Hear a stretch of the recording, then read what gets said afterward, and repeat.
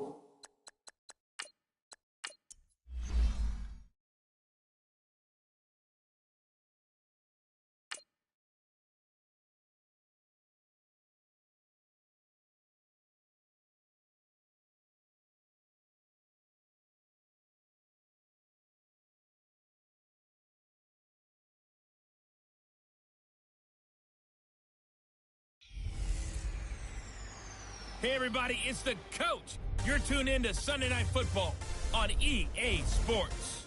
We're just about set to get started, and this ought to be a good one between the Pittsburgh Steelers and the Houston Texans.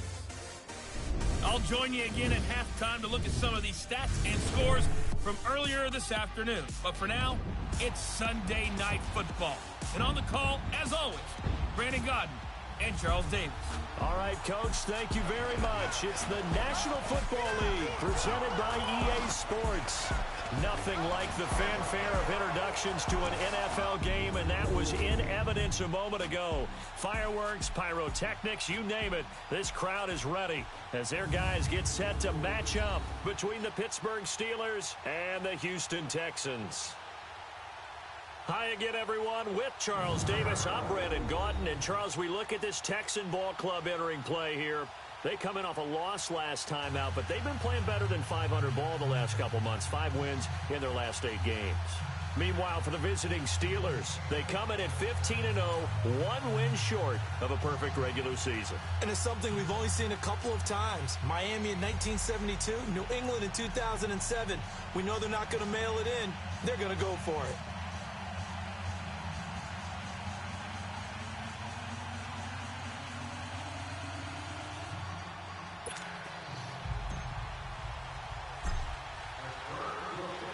Here we go. The final week of the NFL season. Week 17 is underway.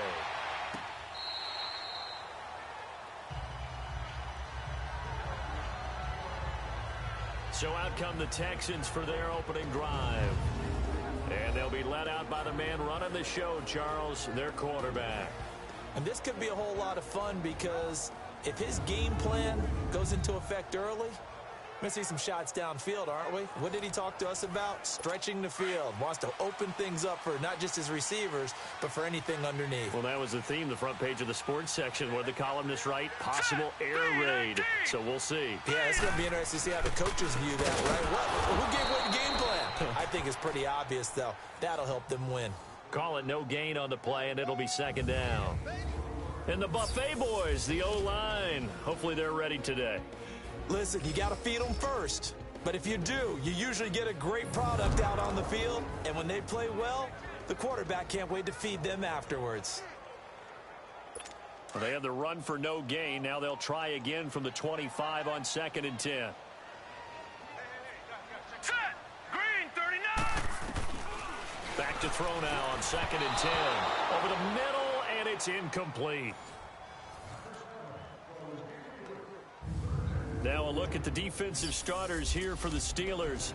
They were excellent last week in the win over the Chargers. Have to admit, I was extremely impressed by what I saw. They ended up getting 4 sacks in the game, stayed in the face of the quarterback the entire time, made it difficult for him to step up and find receivers downfield. And that's what they told us this week, that pressure on the QB is key.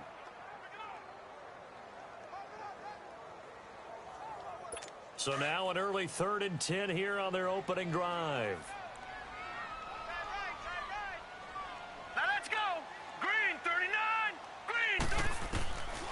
Back to throw. Finding a safety valve here. That's complete. And they'll take him down at the 31-yard line. It'll be a gain of 6, and that'll bring up 4th down. There's an example of good situational football being played by a defense. They understood where the 3rd down play was, the down and distance, and made sure that they didn't get anywhere near that, bringing up 4th down. Yeah, they were sniffing out that marker, didn't want to let him get close to there, and now a likely 3 and out to start. Yeah, I love the way they rallied to the football and got to him and made sure he didn't give up much run after catch. So here are the Steelers now to take over for the first time. And leading them out there, their 6'5" quarterback. And what I enjoyed watching this week when we had a chance to watch them at practice, the easy camaraderie that he has with his offense. A lot of respect. A lot of respect, and frankly, I thought it spilled over to the defense. The defensive guys were coming over and teasing and joking with him. You can tell they respect the heck out of him and really want to play well for him. Green, 39! They'll come out throwing here on 1st down. He's going to flip one out here to his running back. No gain on the play there. It'll be 2nd down. And the big boys up front in the trenches. What do you think of the O-line, Charles? I love them because this is a group that's so cohesive. They know what the man next to them is going to do at all times, and they operate as a terrific unit.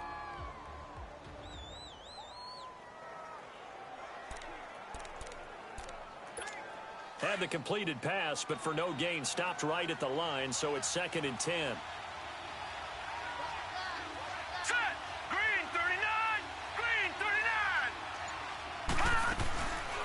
They'll set up to throw. Looking deep downfield. It's caught inside the 25. And he'll be down deep into Houston territory.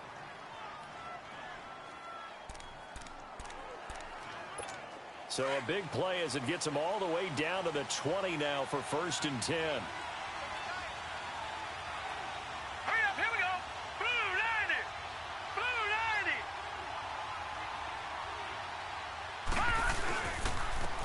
They'll run it with Bush. And able to push his way forward here for a good little gain.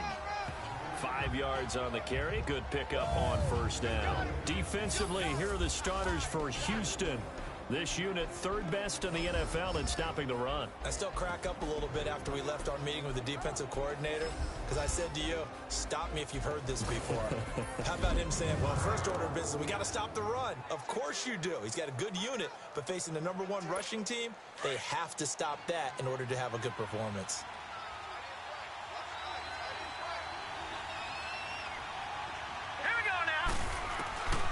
Now they'll throw here out of the gun. And incomplete there. A nice hit. Jars the ball free and brings up third down. You get a tight end like this, and you know he's used to dishing out punishment, but here, he's one that has to absorb the contact, and as a result, unable to hold on to the football. They come up now 3rd and 5 following the incomplete pass.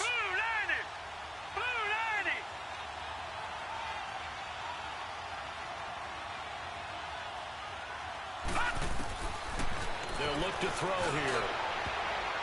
Oh, he almost picked it. Nearly a turnover there on their opening drive. And that's a throw he'd like to have back. Now 4th down. I think that was a good job there defensively. They did allow him to drive all the way downfield, but once they got their backs to the goal line, they really turned up the pressure. Yeah, they let him get all the way down here. Now the field shrinks. They've struggled to convert, and that last incompletion brings up 4th.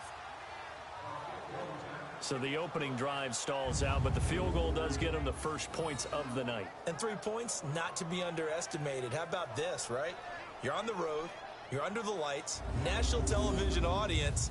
This is not a dress rehearsal, partner. This is for real. And a pretty nice opening statement.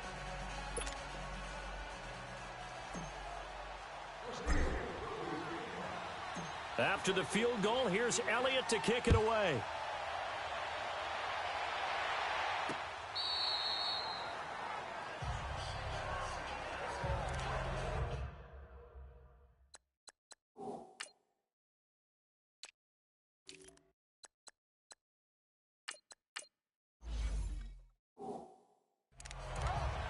Out comes the Houston offense as they get set to take over here. They punted last time they had it. What steps, Charles, you think they have to take to make sure they don't do that again? Well, let's just go to the football 101, the trade expression 101.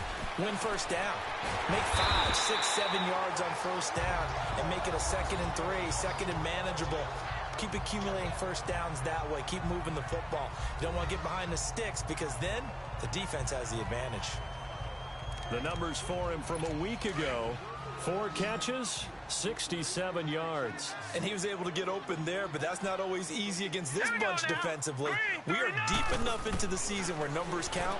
This is the #1 rated defense in the NFL. He'll have a tough time. And now a throw on first down there, but it's incomplete. And incomplete, a drop there in the middle third of the field.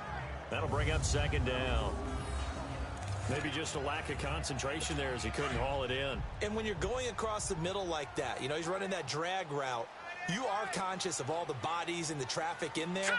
But let's face it, if you're going there, you might as well come down with the football and absorb whatever else happens after that. The 2nd down attempt there knocked down as it leaves the quarterback's hand, and it's incomplete. Defensively here, you're facing a top 5 team in terms of points scored in the NFL. So when they're that high-powered, you've got to find a way to hold them under 20, because to me, that's the magic number. 20 points scored, you give yourself your best chance to win. So if they're up around 24, 28, 30, they could be in some trouble. And I think so, because then you turn it into a shootout, and that means your offense has to keep pace. And he gets this to the other side of midfield across the 45 before going out. First time they've hooked up here. Good for 17 and a first down. And that's how you pick up a first down. Not only does he make the catch, but has enough body control to get his feet down inbounds, toe tapping and dragging to make sure he gets it done. They find some open field here. And he's taken down inside the 30.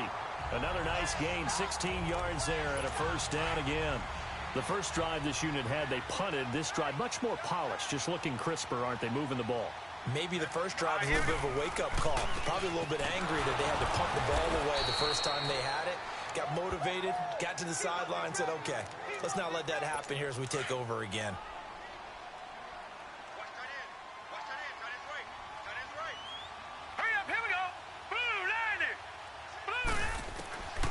Now a shotgun snap as they'll look to throw. And a quick throw here, that's complete. And he'll be brought down at the 21, just shy of the 20 in the red zone. The reception good for 7. It's 3rd down. 7th play of the drive now as they come up on a 3rd and 3. They'll run it now out of the gun. And he'll at least get him inside the red zone here, down to about the 19. It'll be called a gain of 2, and that'll leave them with some options here on 4th and inches. Nice job there on the tackle. Keep him to the short gain. And, of course, he got some good news this week. He was named AFC Defensive Player of the Week from last week's effort. And part of the reason he got that award, because of plays like that. Not every play is spectacular. Not every play is for a loss. Make the plays that are in front of you, keep it to short gains, and you pile up statistics. So the drive stalls out inside the 15-yard line, but they do get 3. And I've talked with enough players nowadays, and when they have these types of kicks, that no one says to their guy, hey, that's just like making an extra point, piece of cake. Because the extra point is not a piece of cake anymore. But kicking a field goal from that distance, just give him confidence and let him knock it through. So we're right back where we started, all even as the kick's away. This is fielded a couple yards deep. Oh, now he bowls him over. And he'll take this one near the 25, call it the 26-yard line.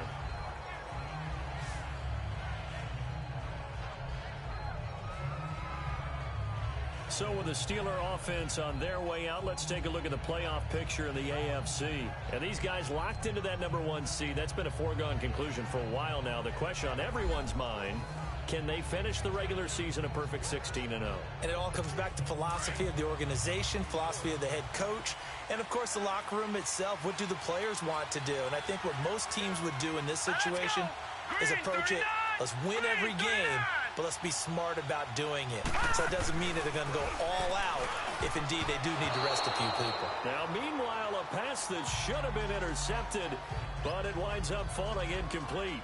And that's one he's got to be happy to have back. There wasn't a hole open in the zone. You'd have to think on early downs like that first down there, need to be a little bit more careful. Yeah, fortunately for him, got a couple more downs to play with. All right, here we go. Green, 39. They're going to look to throw. He's going to loft it deep right sideline. He's got it at the 15. And into the end zone. Touchdown, Pittsburgh. A big play there with touchdown number 8 on the year. And the Steelers get the quick strike touchdown. As a former DB, you might not like to see that, but from a wide receiver's perspective, those are the plays they dream of. Correct on both counts, all right? Because once he took off, I mean, let's face it, that should have been done in Big Sky country. Aren't any speed limits out there? And off he went. Glad I wasn't the one trying to chase him. Elliott good on the extra point, and the lead is now 10-3. Pretty clean and simple there. Just 2 plays. The long pass resulting in the touchdown on play number 2.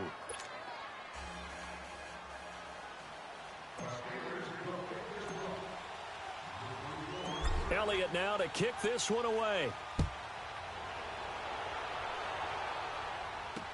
This will be taken to the back of the end zone. And no run back here. This will be a touchback, and it comes out to the 25-yard line. And now out comes Houston. And last time able to get 3. It's not what they wanted. They wanted 6, but they got at least something. They mustered something out of the drive. They'll take it. Just, I like the way you've described it. Not ideal, but they'll take it. Anything to put some points on the board. But this time on offense, they don't even want to see the field goal kicker trot on the field. They want that ball in the end zone. Yeah, they'll be going for 6. And they'll go with a ground attack here. And he'll get this one up to the 26.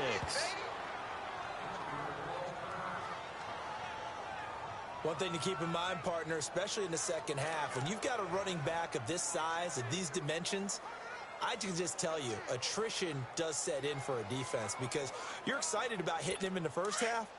Maybe not so much in the second half, and some of these shorter gains turn into bigger runs later. Set, 319. 319. Out of the gun, they'll look to throw. And his throw's going to be incomplete. Oh, man, for him to be that wide open and drop it.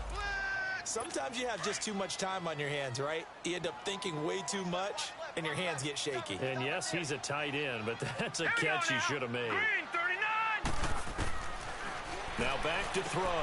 Throwing for his running back, and he's got him complete. And they'll bring him down at the 27-yard line. They'll get a couple yards on that one, and that's going to make it 4th down. Instead of throwing it downfield, Charles, they just tried to dump it underneath there. Do you like the call? I do. I think it's a high percentage play because you get the completion, and what you're counting on is your back to use his legs and his elusiveness to make people miss and pick up the first down. In this case, it didn't happen. He gets this one away, and boy, it's another boomer. Taken in at the 22.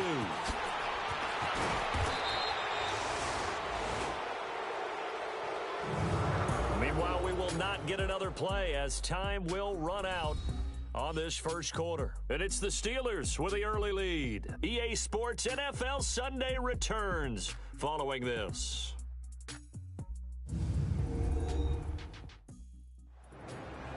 Back with Charles Davis, Brandon Gaudin. It's Steeler football to begin quarter number 2.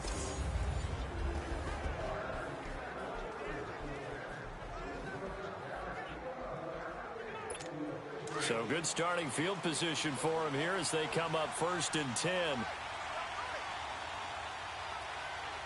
we go now. Green 39. Green 39. They'll start on the ground with Bush. And a good burst there gets him 7 up to midfield. Well, no matter how they phrase it, staying on schedule, staying ahead of the sticks, whatever you want to call it, 7 yards on first down, that fits the bill. Here we go now. From the midfield stripe, they'll look to throw. Oh, the rookie nearly had the pick. Probably should have had it. 3rd down now. I know our vantage point might be a little bit better way up here, but that looked like an ill-advised throw to me. I didn't see anything open, and this play just didn't look right from the beginning. It did not. I thought he might get outside and just chuck it away. Dangerous pass, incomplete. Wide open receiver, complete. And he is tackled inside the 40, not quite to the 35. 13 yards on his first catch. It's a first down as well. And there was absolutely zero pressure on the quarterback on that play. 3rd down, and he has all the time in the world to eventually find an open receiver for a first down pickup. And he's going to get this inside the 30. 11 more yards that go around, a first down as well. Whenever we meet with coaches and they always talk about wanting to establish running the football, it's oftentimes with a good tight end who can control the line of scrimmage and the point of attack, and they're becoming harder to find because the colleges are giving us a whole lot of receiving tight ends, former wide receivers who can run, not necessarily block very well. In this case, though, we saw 2 tight ends on the field, both of them with the ability to block, and he ran the ball successfully behind that power set. Another nice gain, 13 yards that time, and another first down. This quarterback now 3 out of 5 since taking over as he's given his guys a first down.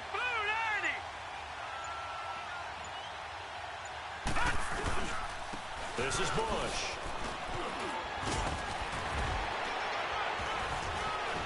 And a nice little quick spin move before he's dropped. And a pretty good gain. 9 yards is the pickup there, and they'll have a 2nd and 1. Some good, strong running right there. Some power and some explosiveness just about got him into the end zone.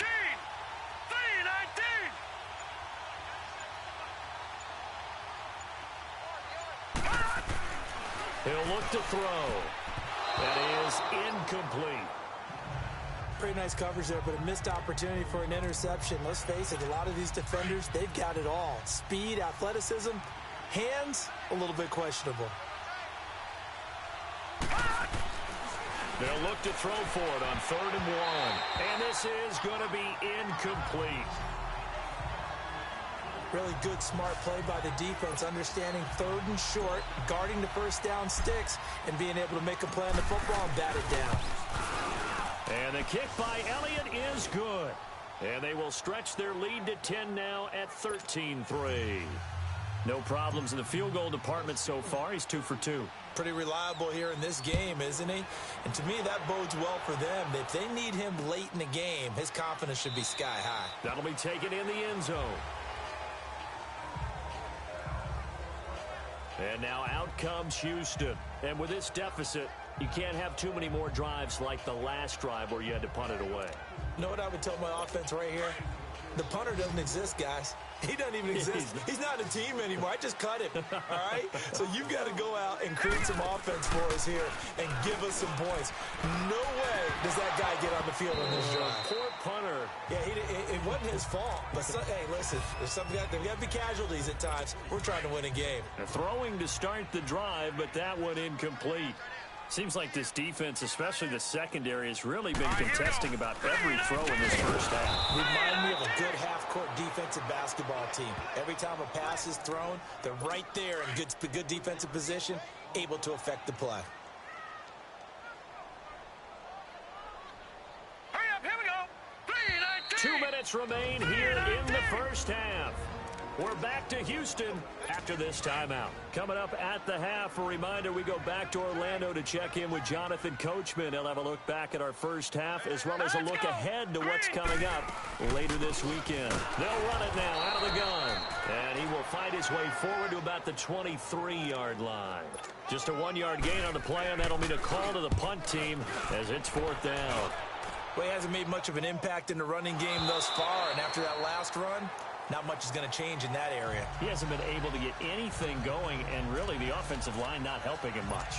Here comes the field general leading his offense back out there for the next possession. He's played a pretty clean first half, a touchdown, no interceptions. Frankly, that's what they expect out of him. They want to see the ball thrown and thrown well, and he's able to do that and put it in the end zone. They'd love to see more of that before this game finishes. But right now, he's got his team in a good spot. A good spot, maybe looking for touchdown pass number 2 here in the second quarter. One of the toughest things about playing defensive back is pattern reading, trying to figure out what they're doing. And on that one, they had the fly, just sending the guy downfield with the in route accompanying it, what people call a dagger route, trying to hit the guy underneath after the clear out. In this case, though, they're not able to get it done. Yeah, they said forget the underneath route. They went for the guy on the fly, but as you said, incomplete. Now a deep ball there on second down, but it'll wind up incomplete. Feels like they're getting caught in between here because they did completions on first and second down. Now you got to worry a little bit about the clock because you prefer not to give them another shot here in the first half. But if you don't pick up the first down, guess what? You're likely going to have to. That one goes for 24 yards. There's a completion to the tight end, and I think that we're looking at something out of central casting, frankly. Absolutely. I mean, size, the hands, speed. I mean, can flat out run. You put that whole package together, you light up the eyes of an offensive coordinator, don't you? He's going to launch, and that's caught inside the 35. And he'll go down, but not before getting this inside the 30. And that one results in 35 yards.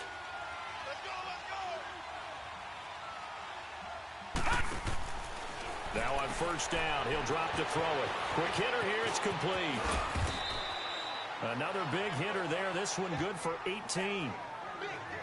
And a good quarterback facing zone coverage. If he has just a little bit of time to survey the scene, that's what's going to happen. No doubt about it. If there's no pressure, he's going to continue to pick them apart because he'll have all that time to find someone open downfield. You can only cover for so long. So maybe they want to go to a zone blitz scheme, get a little bit more pressure. Remember when Carolina did that against Denver? They lost the game ultimately. They dropped the defensive end out, and he ended up with an interception in that game in Super Bowl 50. Maybe some sort of scheme like that to try and get more pressure at the passer. This will be caught at about the 6. And he's able to get it down to the 2-yard line. Now whistles and a timeout with 3 seconds left in the first half. And Elliott puts this one through. So we've come upon halftime here in Week 17 as we send you on over to Orlando for Jonathan Coachman in our EA Sports Halftime Report. Take it away, Coach. Okay, Brandon, thanks very much. Welcome in, everyone, to our EA Sports Halftime Report. Let's get you caught up on what's going on around the NFL. We'll start over in Texas at AT&T Stadium in Arlington, where it was definitely a game with some intrigue, as you can see by the scoreline. 28-6 was a one-sided final. From there, we head up to Kansas City, check on the Chiefs at Arrowhead. And things didn't go so well as it was the visiting Raiders who come in and grab the victory. The Chiefs were hoping to finish strong. They could not get the job done. But they'll still be a force as they finish at 14-2. Lastly, let's check on one final game for you. And you can see they are scoreless as they play the second quarter. Meanwhile, in our game, it's been a back-and-forth first half. Who can put it together in the second half? For the answer, we turn it back over to our broadcast team of Brandon Godden and Charles Davis.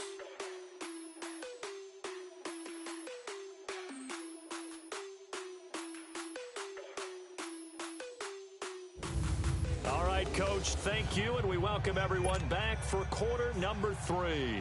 Set now to kick this one away, and off it goes. This fielded a few yards into the end zone.